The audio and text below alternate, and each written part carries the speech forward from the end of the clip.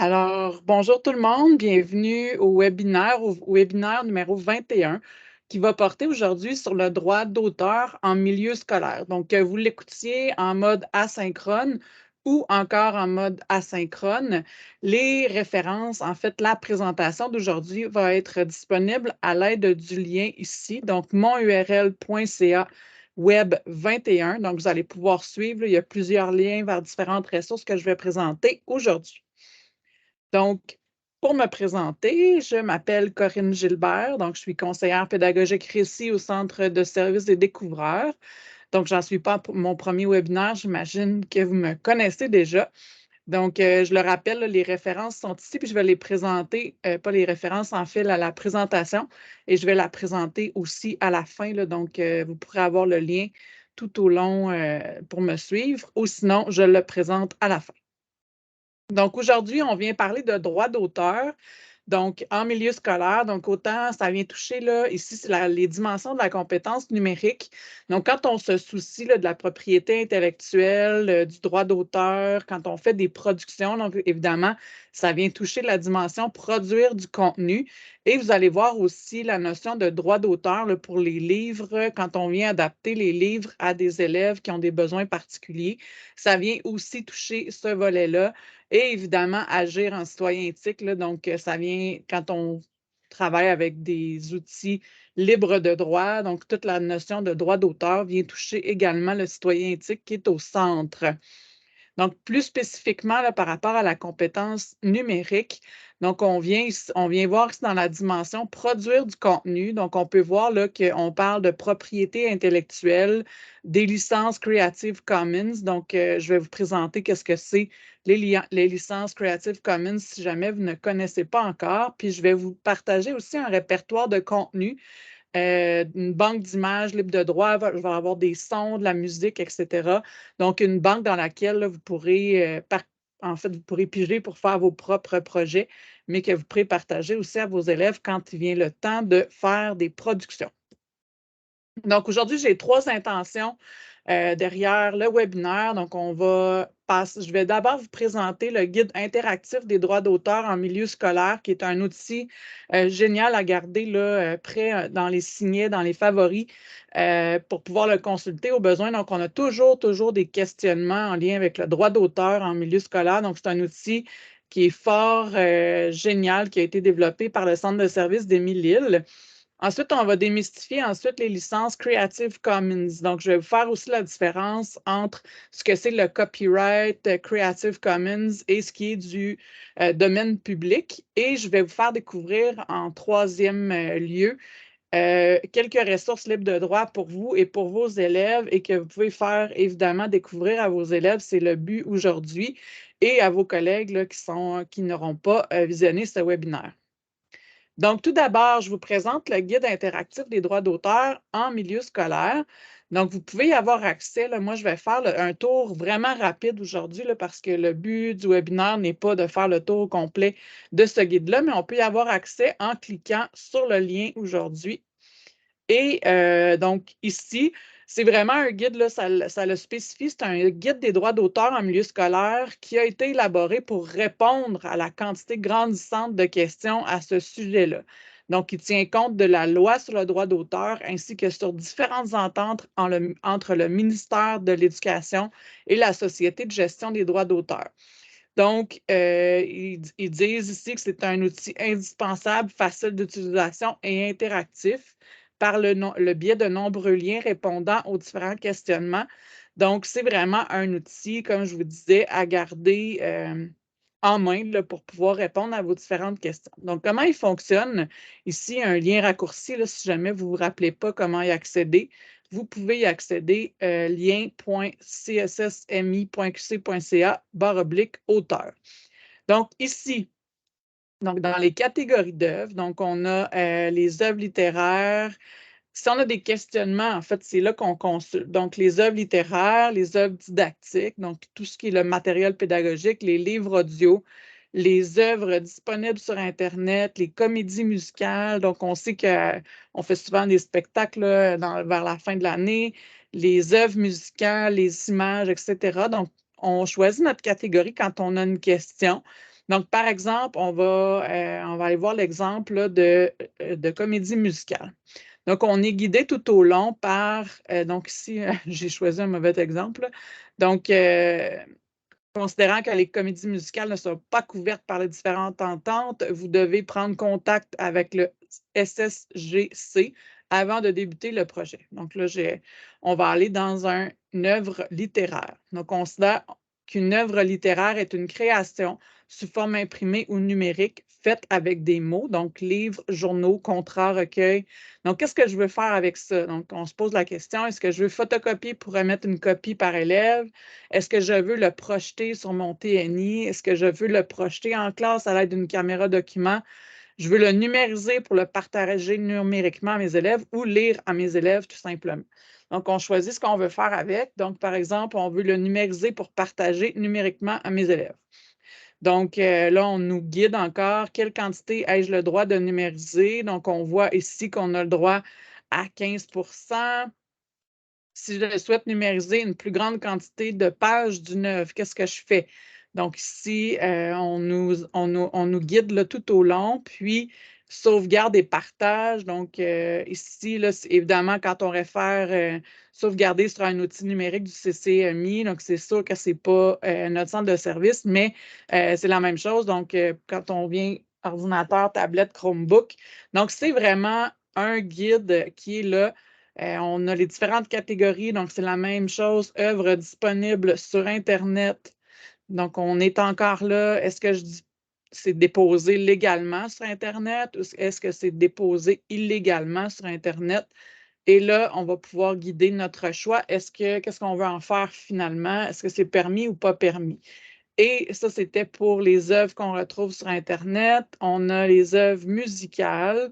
Donc, c'est toujours la même chose. Donc, qu'est-ce que je veux faire avec? Faire exécuter l'œuvre par des élèves, faire écouter une œuvre musicale à mes élèves ou reproduire l'œuvre musicale exécutée par les élèves ou le personnel.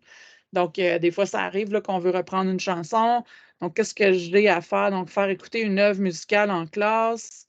Donc là, ça va répondre ici à nos questions, à nos questionnements par rapport aux différentes catégories d'œuvres. Ensuite, j'attire votre attention sur les sections spéciales là, qui sont intéressantes ici. Donc, pour les élèves HDAA, donc ici, il est permis, il est permis, il est permis. Donc, qu'est-ce qu'on peut faire pour adapter notre matériel pour nos élèves HDAA? Donc, il est permis à l'établissement de reproduire une œuvre littéraire, dramatique, musicale ou artistique sur un support de substitution, donc un livre audio en braille, synthèse ou enregistrement vocal sous forme de texte électronique, etc. Donc, pour un élève à besoin particulier nécessitant un format numérique, puis à la condition que le document ne soit pas disponible déjà dans un format, dans un délai raisonnable. Donc, ici, là, on nous dit ce qui est possible de faire avec les élèves HDAA. Donc, ici, c'est une section spécifique à l'enseignement à distance. Donc, on n'a plus beaucoup de leçons à distance en ce moment, mais il y a certains projets particuliers qui peuvent nécessiter cette section-là. Donc, les œuvres du personnel. Donc, vous, en tant qu'enseignant, quand vous produisez, qu'est-ce qu'on fait là, avec le matériel pédagogique que vous produisez quand vous êtes à l'emploi du centre de service des découvreurs? Donc, on dit qu'ici, sauf entente à l'effet contraire entre le CSSDD et l'enseignant, il est interdit à l'enseignant de vendre le matériel pédagogique qu'il a conçu dans le cadre des cours qu'il dispense. Donc, ici, c'est par rapport aux œuvres du personnel, aux œuvres des élèves aussi, quand tout ce que les élèves peuvent produire, on n'y pense pas souvent, là, mais tout ce que les élèves ont créé dans le cadre de nos cours, donc des textes, des toiles, des œuvres d'art, des chansons, des DVD. Donc, les élèves ont des droits d'auteur à l'égard de ce qu'ils font. Et donc, c'est pourquoi, là, pour s'en servir dans une publication ou le site web de l'école, par exemple, il est nécessaire d'obtenir l'autorisation de l'élève ou s'il est mineur, de celle de ses parents ou de ses tuteurs. Donc, il existe des formulaires d'autorisation. Donc, ça, c'est par rapport aux œuvres des élèves. Ensuite, on parle de qu'est-ce que c'est le domaine public. Je vous en parle tout à l'heure. Et qu'est-ce que c'est Creative Commons? Je vous en parle dans la prochaine section. Et une utilisation équitable ici. Donc, je vous dirais le gros de cet outil-là, là, c'est vraiment dans les catégories d'œuvres quand on se pose des questions. Donc, ça devrait être un outil que vous avez en tout temps qui vous permet de répondre à vos questions. Puis, vous avez aussi un énorme lexique là, par rapport aux termes en lien avec le droit d'auteur ici, auquel vous pouvez vous référer. Donc, c'est vraiment un outil à connaître qui, évidemment, se bonifie là, au fil des mois. Donc, le premier, donc là, je ne fais pas le tour au complet, mais vous savez que ça existe maintenant. Et on a toujours la loupe là, pour chercher, par exemple, si on cherche quelque chose par rapport à Netflix. Oh, pardon. Donc, on peut chercher dans la loupe, donc émissions de radio, de télévision, qu'est-ce qu'on peut faire avec ce qui est sur Netflix, Disney+, etc. là, par rapport, donc on a 2 catégories ici. Si on a du contenu sur Netflix ou sur Tout TV, qu'est-ce qu'on a le droit de faire avec ce contenu-là en classe? Donc, ça peut vous permettre vraiment de répondre à toutes vos questions.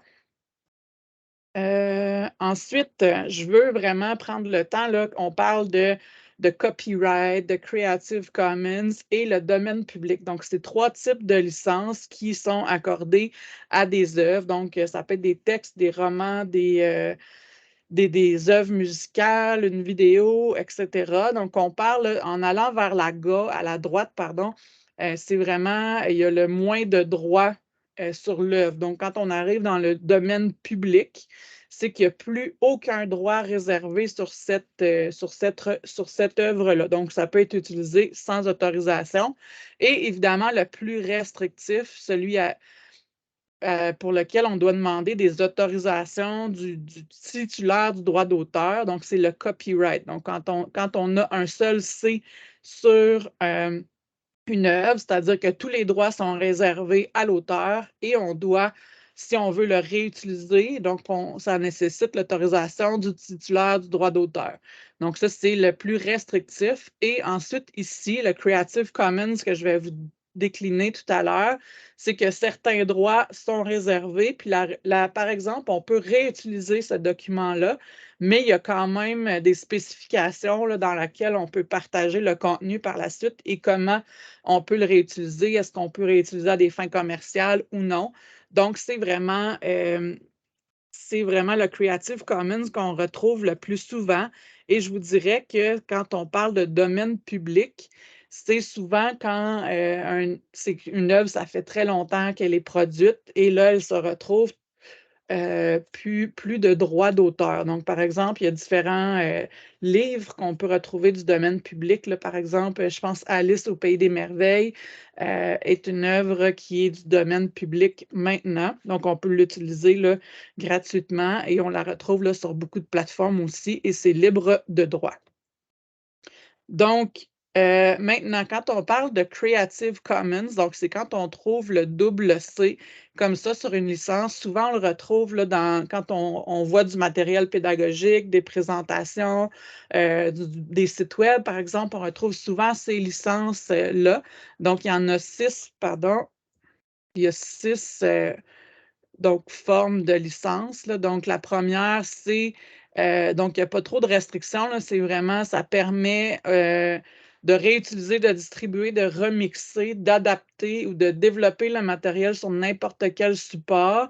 En autant que, donc, quand il y a un petit bonhomme comme ça, c'est on doit attribuer le crédit au créateur. Donc, c'est qu'on cite d'où vient notre matériel.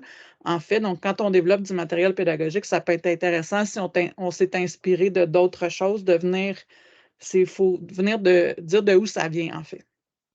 Ensuite, ici, c'est que la licence permet une utilisation commerciale, donc on peut réutiliser ça. Les adaptations doivent être partagées dans les mêmes conditions. Donc, si on retrouve cette licence-là sur un document, donc une fois qu'on produit notre propre document à partir de ce qu'on a trouvé, donc il faut le partager là, dans les mêmes conditions. Donc, il faut retrouver la même licence Creative Commons dessus. Ensuite, c'est la différence entre celui-là et celui-là. Donc, il faut toujours évidemment attribuer le crédit à l'auteur. Donc, il faut mentionner d'où ça vient, de qui l'a créé. Et dans ce cas-là, on voit un signe de dollar, donc elle ne peut pas être utilisée de manière commerciale. Donc, l'utilisation commerciale n'est pas autorisée dans ce cas-ci. Ensuite, ici, on a le crédit doit être attribué au créateur. Seules les utilisations non commerciales de l'œuvre sont autorisées et ici, les adaptations doivent être partagées dans les mêmes conditions. Donc, il faut retrouver exactement la même licence Creative Commons si on le partage à nouveau. Donc, ici, on peut toujours les remixer, distribuer, adapter là, en fonction de nos besoins. Donc, les 4 qui ont été présentés ici, on peut toujours les modifier à notre guise parce que ce n'est pas indiqué qu'on doit partager le contenu de manière égale. Donc, c'est la différence entre ces deux-ci. Donc, celle-là, il faut donner crédit à l'utilisateur et si on le partage à nouveau de notre côté, on ne peut pas le modifier. Donc, il faut vraiment, on peut le copier et le distribuer, mais il n'est pas autorisé de le modifier.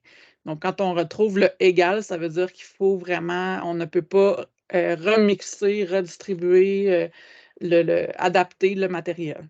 Et ici, c'est la même chose que la précédente, mais dans ce cas-là, on ne peut pas l'utiliser à des fins commerciales, tandis que celui-là, oui. Donc, la licence permet une utilisation commerciale, mais de la même manière que ça a été partagé au début. Et ici, il n'y a aucun dérivé possible et il n'y a pas d'utilisation commerciale utilisée. Donc, ça peut nous aider à comprendre, là, souvent, quand c'est Creative Commons, ça veut dire qu'on n'a pas nécessairement besoin de communiquer avec l'auteur. Donc, l'auteur a mis une licence sur le document qui nous indique ce qu'on peut faire ou peut pas faire avec le document ou l'œuvre. Donc, maintenant, on est rendu à la section là, des ressources pour produire du contenu libre de droit, produire du contenu avec des ressources libres de droit. Donc, j'ai développé une section sur le site web du récit CSSDD qui met des liens vers différentes ressources libres de droit d'auteur. Donc, on va voir dans un premier lieu là, une tonne de sites qui regroupent des œuvres, des photos, des vidéos qu'on peut utiliser. Ensuite, je vous ai mis différents sites où il y a de la musique et des sons libres de droit. Donc, ça, c'est quand on produit n'importe quel type de contenu avec nos élèves, c'est vraiment important de les conscientiser au fait d'utiliser des ressources libres de droit dans leurs vidéos. Donc, on ne peut pas aller chercher n'importe quelle vidéo ou photos sur Google là, pour mettre dans une production. Surtout si on a un public, c'est vraiment important de conscientiser les élèves à ça. Et je vous ai mis de la littérature libre également et des sites de réalité virtuelle aussi là, qui sont libres de droit. On y va. Oups. Donc, je vais cliquer sur le lien ici. Je n'ai pas mis le lien. Donc, je vais me rendre sur le site. Je vais ajuster le lien tout à l'heure. Je vais le faire tout de suite, en fait. Je vais copier le lien, je vais le placer sur la photo. Hop. Donc, je vais m'assurer d'aller placer le lien. Et voilà. Donc, le lien maintenant est actif. Et ce que je veux vous présenter, c'est vraiment cette page-là sur le site Pédago numérique CSS des découvreurs. Donc, on va aller faire explorer d'abord les photos, les œuvres d'art et les vidéos. Donc, ici, il y a Pixabay, moi, que j'aime beaucoup, que j'utilise beaucoup, et je vous dirais que mes 2 autres favoris parmi ça, c'est Flaticon. Donc, Icon, là, donc c'est vraiment pour aller chercher des icônes, des autocollants gratuits pour vos projets. Je l'utilise dans beaucoup, beaucoup de présentations et Canva, je vais vous le présenter à la fin si vous ne le connaissez pas. Donc, Pixabay, c'est vraiment un outil sur lequel vous avez des images, des photos, des illustrations, des illustrations en vecteur, des vidéos. Donc, pour faire, par exemple, de l'écran vert, là, on peut venir chercher de la vidéo à l'intérieur de ça. On a de la musique, des effets sonores et des GIFs. Donc, il y a vraiment de tout à l'intérieur de ça. Donc, ici, par exemple, il suffit de chercher, par exemple, une photo. Donc, on peut toujours spécifier ici qu'est-ce qu'on vient chercher. Est-ce qu'on vient chercher un GIF, un effet sonore? Donc, là, je vais venir chercher chien. Et tout ce qui est ici, qui se trouve là vraiment, là, on ne vient pas chercher les photos de iStock, là. On vient vraiment, on reste dans Pixabay parce que là, les élèves, ils ont souvent tendance à venir chercher là, ce qui est en haut ici. Donc ça, c'est pas du contenu libre de droit, puis c'est pas gratuit non plus. Ce qui est vraiment ici, là, donc on peut venir les mettre, les ajouter à une collection. Donc tout ça, donc par exemple, le chien ici, on peut le télécharger gratuitement. Et donc, on est assuré à ce moment-là que notre image, elle est libre de droit pour utiliser dans un projet et qu'elle est d'une bonne résolution aussi quand même. Donc là, je vais revenir en arrière. Donc, on cherchait des photos, mais on peut chercher des illustrations. Donc, ça, c'est plus de type là, dessin. On peut chercher des vecteurs.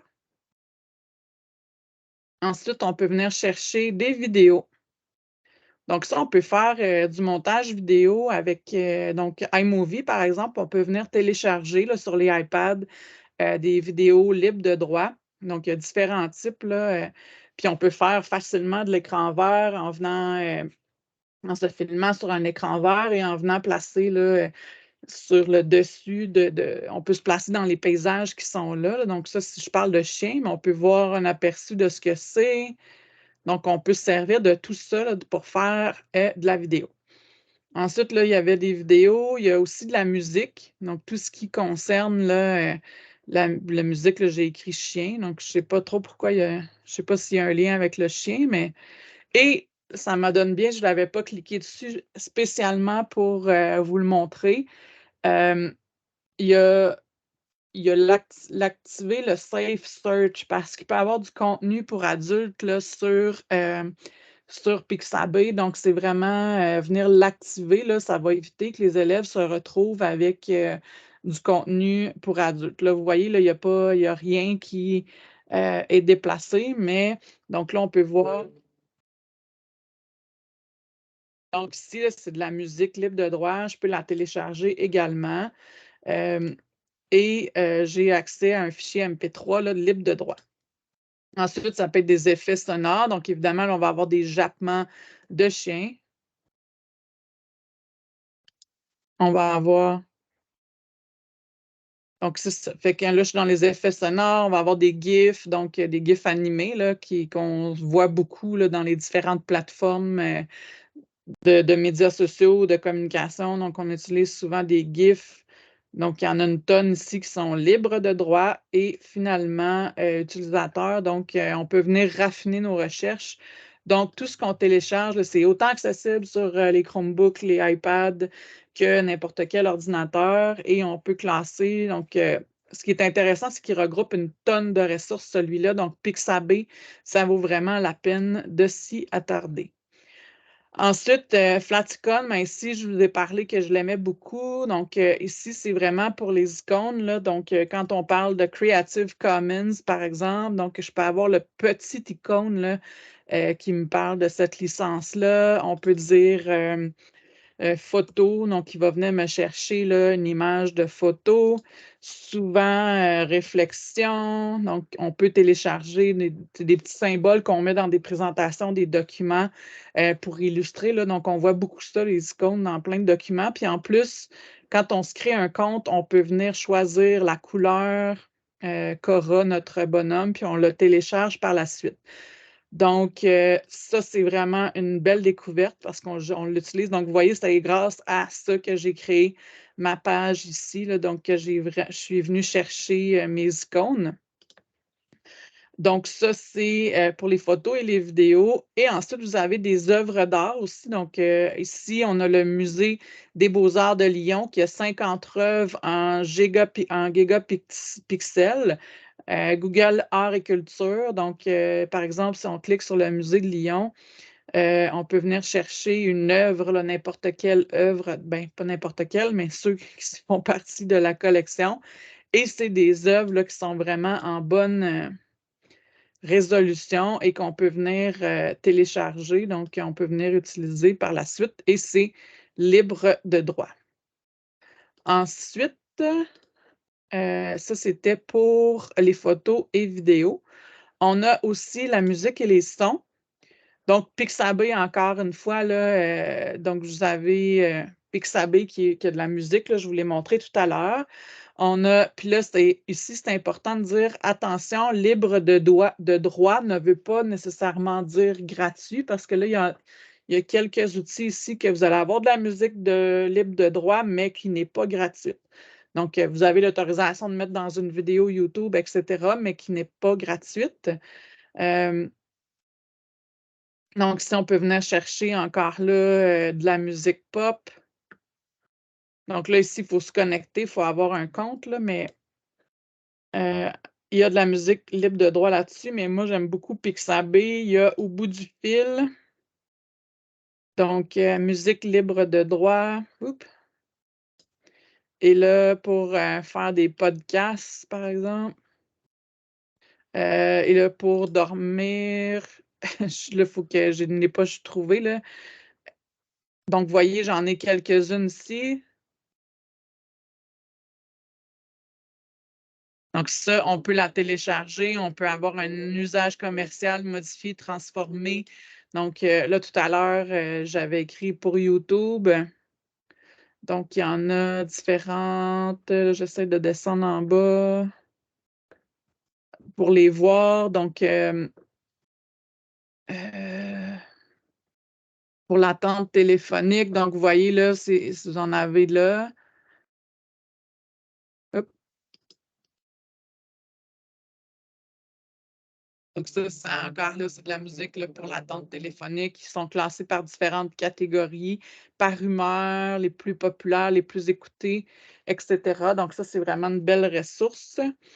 Et par la suite, on a les sons, donc des banques de sons incroyables, les partitions ici, des partitions anciennes libres de droit, donc il y a plusieurs partitions d'orchestre qui sont là. Et finalement, on avait là, la littérature libre. Il y a des différents, donc vous pouvez venir dans la littérature jeunesse libre, les e-books libres et gratuits. Pepper and Carrot, c'est vraiment des bandes dessinées traduites en plusieurs langues. C'est vraiment quelque chose qui peut être intéressant à utiliser avec vos élèves. Ensuite, on a des classiques de la littérature ici. Donc, vous viendrez explorer qu'est-ce qu'il y a dans cette section. Donc, Pepper and Carrot, c'est des comics là, qui peuvent être traduites là, dans différentes langues, donc en espagnol, donc en anglais, en français. Et là, vous pouvez lire la BD gratuitement par la suite. Donc, il y en a plusieurs épisodes avec des illustrations qui sont vraiment magnifiques et colorées. Donc, ça, c'est ce qu'il y avait comme les ressources libres de droit, donc dans la section du site Web. Et là, je le vois, le temps qui avance. Il me reste quelques 2 minutes, en fait. Je veux vous partager là, deux outils qui sont vraiment à découvrir, là, qui sont quand vous faites de la création avec vos élèves, vous produisez du contenu, soit vous en tant qu'enseignant, soit vous en tant qu'avec les élèves. Donc, Canva, si vous ne connaissez pas Canva, ça, c'est s'assurer la paix d'esprit quand on va créer là-dedans. On peut créer des vidéos, des affiches, on peut faire des présentations, on peut faire de la musique, on peut tout faire dans Canva. C'est l'outil de création par excellence et avec les adresses CSS des là, on a accès à la version éducation gratuitement, ce qui nous débloque tout le contenu. Et donc, tout est gratuit à l'intérieur de la plateforme. Donc, quand on veut créer une vidéo, tout ce qu'on utilise qui est à l'intérieur de la plateforme Canva, on peut s'assurer que tout est libre de droit. Donc, à l'intérieur, il y a des banques d'images, de sons, de vidéos, d'icônes, etc. Donc, si vous ne connaissez pas Canva, ça vaut vraiment la peine d'aller faire un tour. Je vais vous l'ouvrir pour quelques minutes, mais on peut faire des sites web, on peut faire des affiches pour les réseaux sociaux, des présentations, des infographies. Et tout ça dans la paix d'esprit que tout ce qui est fait là, je peux partager ça par la suite n'importe où. On peut faire de l'écran vert directement avec Canva. Et là, c'est ça, quand je cherche, par exemple, si je vais dans un projet, ici, par exemple, si je viens chercher dans les éléments qui sont là, je prends, je pourrais dire chien encore, là, mais tout ce qui est là, peu importe ce que j'utilise, la vidéo. Donc, tout ça, là, je peux partager ça dans un projet. Il y a de l'audio aussi. C'est tout libre de droit. Donc, vous pouvez produire n'importe quoi, les quantités illimitées de contenu. Et ça peut faire des productions là, vraiment magnifiques. Donc, si vous ne connaissez pas cet outil, vous devez absolument le connaître parce que c'est quand on parle de conscientiser les élèves au fait que leur présentation, leur production soit libre de droit, bien, je pense que Canva, c'est un excellent départ pour eux. Donc, Canva est à découvrir. Et finalement, Samuel, donc je voulais juste faire un petit tour. Il est déjà à la fin du webinaire, mais si vous ne connaissez pas Samuel, c'est connecté avec le compte Savia. Donc, c'est un outil de copybec. Mais ce qui est intéressant ici, c'est de venir consulter n'importe quel. En fait, il y a des tonnes de livres, d'œuvres, donc autant pour les adultes que pour les enfants. Donc, il y a des livres de recettes. Vous pouvez venir sélectionner différents. Vous avez le droit là, qui respecte là, les licences copybec. Donc, vous pouvez prendre là, tant de pourcentage du livre. Donc, vous pouvez vous générer un PDF avec ça, puis par la suite le distribuer à vos élèves. Puis ça fait aussi que ça auto-déclare là, ce que vous avez pris directement à copybec. Donc, par exemple, ici, on va venir dans les livres de Pâques. Donc, vous pouvez d'abord feuilleter là, le document. Donc, par exemple, on va y aller avec œufs et jambon. Donc, je vais feuilleter. Donc, je peux venir agrandir les pages là, pour pouvoir voir. Évidemment, il y a un filtre par-dessus, là, mais quand vous faites reproduire, vous n'avez pas de filtre, là. Donc, vous pouvez voir à quoi ressemble l'œuvre. Et là, vous dites, bon, est-ce que j'ai le droit, là, vu que l'œuvre a, je ne sais pas combien de pages, mais vous avez le droit de sélectionner 5 pages pour distribuer à vos élèves et l'imprimer par la suite, là. Donc, on va venir prendre les 5 premières pages. Donc là, on a 5 pages sur 5 de sélectionner. On va venir faire suivant. Donc, nombre de destinataires, là, ça peut être, par exemple, 20 élèves. Numéro du cours, en fait, c'est pas important. Donc, le groupe, la matière. Donc, groupe 41, matière français. Est-ce que vous allez le mettre sur support papier ou numérique? Donc, les deux. On va l'envoyer dans l'intranet. Puis, intranet, là, ça peut être votre classroom. Puis, on va dire que c'est 4e année scolaire 2022-2023. Et on va générer notre extrait. La déclaration a été acceptée. Veuillez patienter pendant la génération de l'extrait. Et là, je peux télécharger mon extrait par la suite. Donc, vous voyez ici là, que j'ai mon petit extrait de mon livre. Donc, ça dit l'autorisation, c'est moi. Donc, là, j'ai mon extrait de livre sans le filtre. Donc, ça, c'est intéressant. Puis tout à l'heure, j'ai regardé un livre de recettes là, pour voir, par exemple, si on veut faire de la cuisine avec nos élèves. Donc, ici, là, on fait feuilleter le document. Puis là, évidemment, c'est un livre qui a un beaucoup plus grand volume. Donc, à ce moment-là, je pourrais sélectionner quelques recettes dans un livre de recettes. Par exemple, la dinde de Noël. Donc, ça me sélectionne. Vous voyez, j'ai le droit à 38 pages ici, parmi tout le livre de recettes. Donc, je peux venir chercher bagatelle, tarte tatin. Donc, ensuite, là, je sélectionne les 38. Puis là, ça va me faire un extrait par la suite.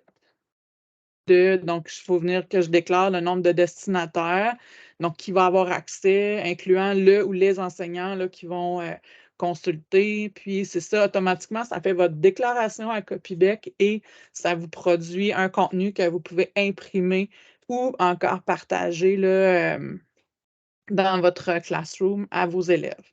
Donc, ça, c'est deux ressources que je souhaitais vraiment vous partager qui sont intéressants là, avec le droit d'auteur. Donc, Canva, c'est à découvrir. Puis Samuel, si je n'avais jamais été à l'intérieur, en fait, c'est le compte Savia que vous avez pour auto-déclarer vos copie, donc en fait, puis sinon, ben, on est abonné, là, tous les centres de services sont, abonnés, donc vous pouvez avoir votre compte gratuitement, là, si jamais vous ne l'avez pas. Donc c'est tout indiqué, là, quand on se connecte, ici, là, donc des connexions. Et là, vous pouvez abonnez-vous. Donc, comme je vous dis, avec votre adresse du centre de service, là, vous avez accès à ces ressources-là. Sinon, il y a une façon là, de d'écrire pour faire réinitialiser le mot de passe. C'est ce qui m'est arrivé. Donc, dès que vous avez un compte avec un CSS, vous pouvez avoir droit à tout ça gratuitement. Donc, je termine en présentant les prochains webinaires qui auront lieu. Donc, le prochain webinaire, c'est le 21 avril, donc la semaine prochaine, vendredi prochain, et il portera sur la balado pédagogique. Donc, comment faire des balados, comment créer des balados avec les élèves. Il y a des démarches pédagogiques avec des propositions de matériel aussi pour pouvoir en faire en classe. Donc, vous pouvez vous inscrire à l'aide du lien ici. Et aussi, on nous a souvent mentionné au service éducatif là, qu'on produisait beaucoup de ressources pédagogiques, mais comment on fait pour s'y retrouver? Donc, on a fait un travail de recenser, de répertorier là, tout au même endroit les ressources pédagogiques qui sont développées par les services éducatifs. Donc, je vous présente là, comment vous y retrouver le 2 mai prochain de 16h à 16h30. Donc, je tiens encore là, ça va vite, là, c'est 30 minutes. J'ai dépassé un peu. Donc, pour avoir accès à la présentation aujourd'hui, c'est monurl.ca web 21. Donc, je vous souhaite sur ce une belle fin de journée. Au plaisir.